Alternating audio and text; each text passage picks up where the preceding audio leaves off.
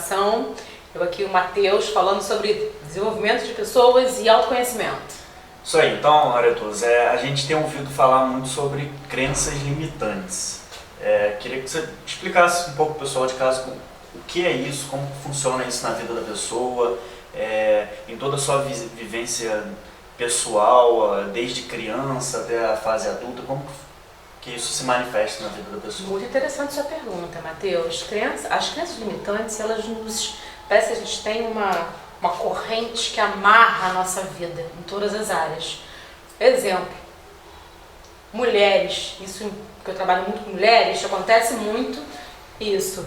Mulheres que têm medo de ser mãe porque foram criadas em um ambiente onde o pai traía a mãe e a mãe em casa falava assim: eu estou passando por isso por causa de vocês.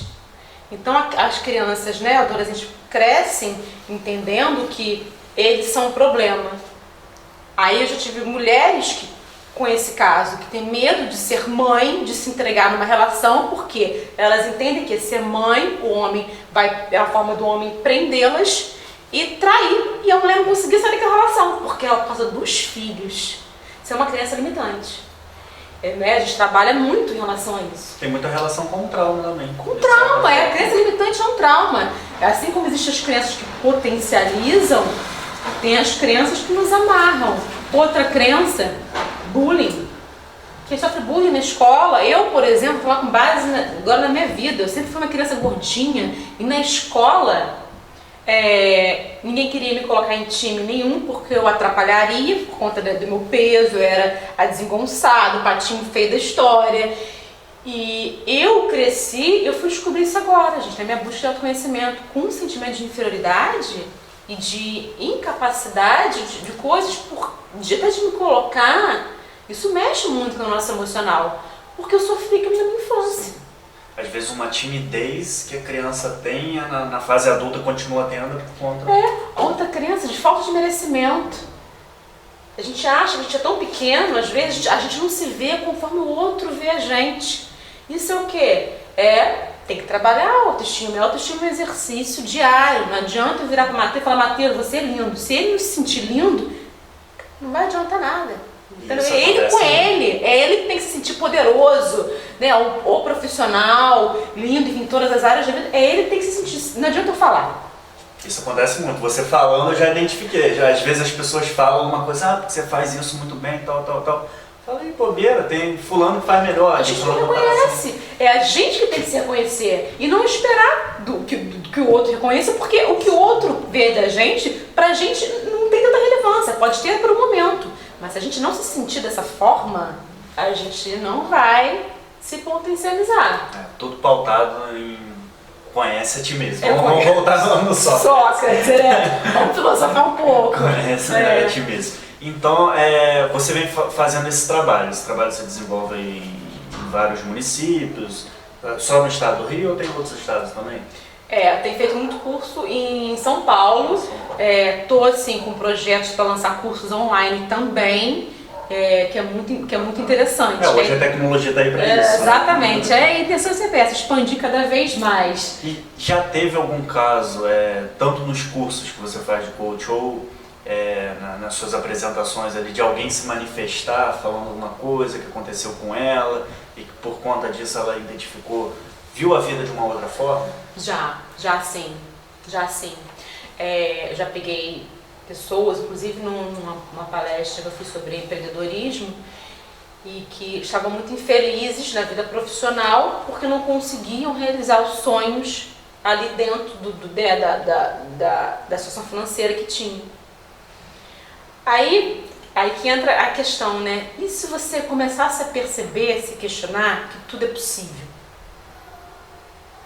Se você tem sonhos, né? Você está lidando ali com pessoas no início da vida profissional, não se limite a isso. Então busque ferramentas, né, profissionais que vão te potencializar e favorecer com que você consiga vivenciar os seus sonhos.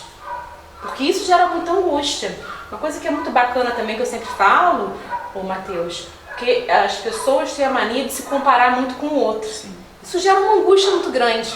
Rede social é um exemplo muito forte. O índice de depressão, de endividamento, que as pessoas querem ter o que o outro tem. A questão da rede social é que a pessoa só posta o melhor da vida dela, né? Exatamente. Então, assim, a gente tem que ter essa inteligência. Mas, assim, é aquilo. É a gente desenvolver, se autoconhecer e entender que nós somos seres humanos únicos, com a nossa individualidade, e nós temos nossos valores, e é a gente que tem que reconhecer isso e ser quem a gente verdadeiramente é. Com as nossas belezas e os nossos defeitos também. Ser congruente com os meus valores e com o que eu quero representar para a sociedade. Sim. Você tocou nesse assunto aí da questão da manifestação. Tem muita gente também que às vezes tem como meta de vida aquela profissão ali.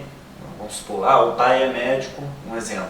Eu tenho que ser médico também, tal. E às vezes a pessoa passa lá os seus 8, 10 anos de faculdade, vai atuar na área da medicina e não se identifica com a medicina e acha que já está numa idade avançada, vamos supor, lá aos 40 anos, não é isso que eu queria para minha vida deu todo errado. Como que você trabalha isso? A pessoa quer, ao mesmo tempo que quer ter outra profissão, falando no campo profissional, né? Mas ela acha que está numa idade avançada e que a vida dela foi toda errada até aquele momento ali.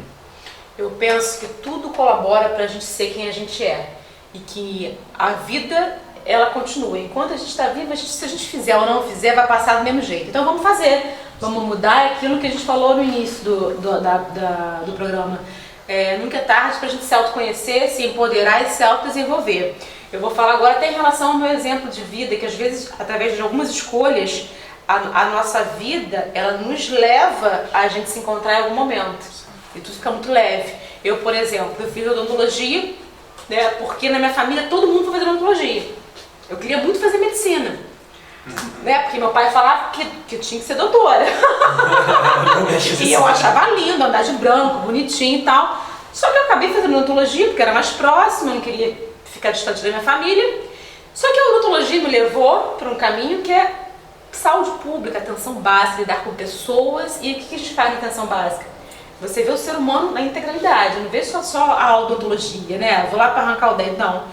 Por que você quer arrancar esse dente? Existe a necessidade de você arrancar esse dente?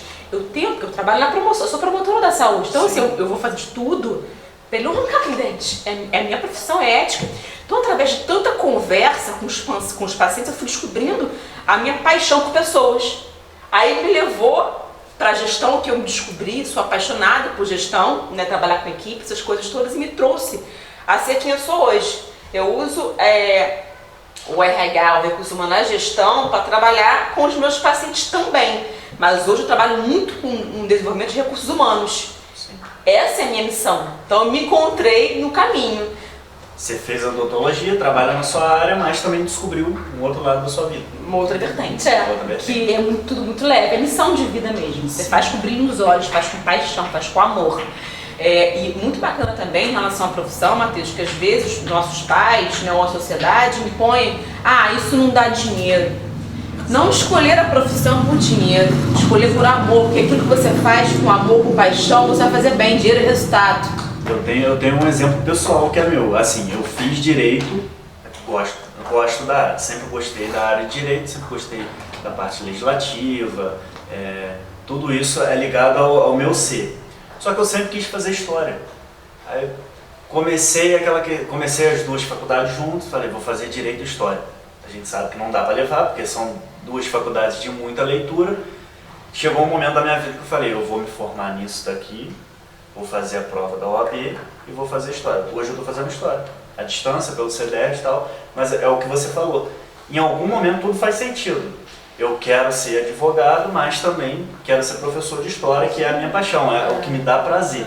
Então é muito bacana você se identificar em algum momento. Eu acho que esse trabalho de vocês do coach ajuda as pessoas. Muita coisa. Em curto caminho. Eu, por exemplo, eu demorei um tempo que se eu tivesse um auxílio de um profissional... Com certeza, encurtaria. A gente tem ferramentas específicas para isso, para transição de carreira, inclusive. E assim, é muito importante destacar, gente, que assim, tudo que a gente fala aqui, tudo que eu falo é sem julgamento, sem dizer que isso está certo, isso está errado. Isso é muito bacana. Tudo se fizer sentido. né? A Fazer pessoa. refletir. Então, assim, sempre quando eu falo, né, nos meus treinamentos, nos meus projetos, se fizer sentido, reflita. Não é? Então, vai ser muito bacana destacar em relação a isso. Obrigada pela participação de vocês. E aguardo também, Matheus, obrigada por estar aqui comigo. Eu que agradeço que a o gente convite. desenvolva cada vez mais esse projeto juntos. E bacana também a gente está recebendo talvez dúvidas de vocês, sugestões de pautas, de temas, para a gente estar trabalhando isso junto, inclusive trazendo profissionais para poder estar levando cada vez mais conhecimento, cada vez mais projetos, para estar sempre enriquecendo toda a vida de vocês em todas as áreas. E quem quiser pode deixar lá na página da TV no Facebook, né, TV Interior, ou no WhatsApp aqui da TV, no Instagram. Temos aí diversas mídias sociais para vocês deixarem a opinião de vocês, vai estar passando aí embaixo, deixa a opinião que a TV, a gente vai estar acolhendo aí e analisando todas as informações, tudo é válido. E é isso, gente. A intenção é que seja um programa participativo mesmo, para a gente desenvolver uma filosofia de vida, né, uma cultura realmente leve e empreendedora, né, que a gente pode ser empreendedor individual enquanto pessoa, não somente quando a gente tem um negócio, em função do bem.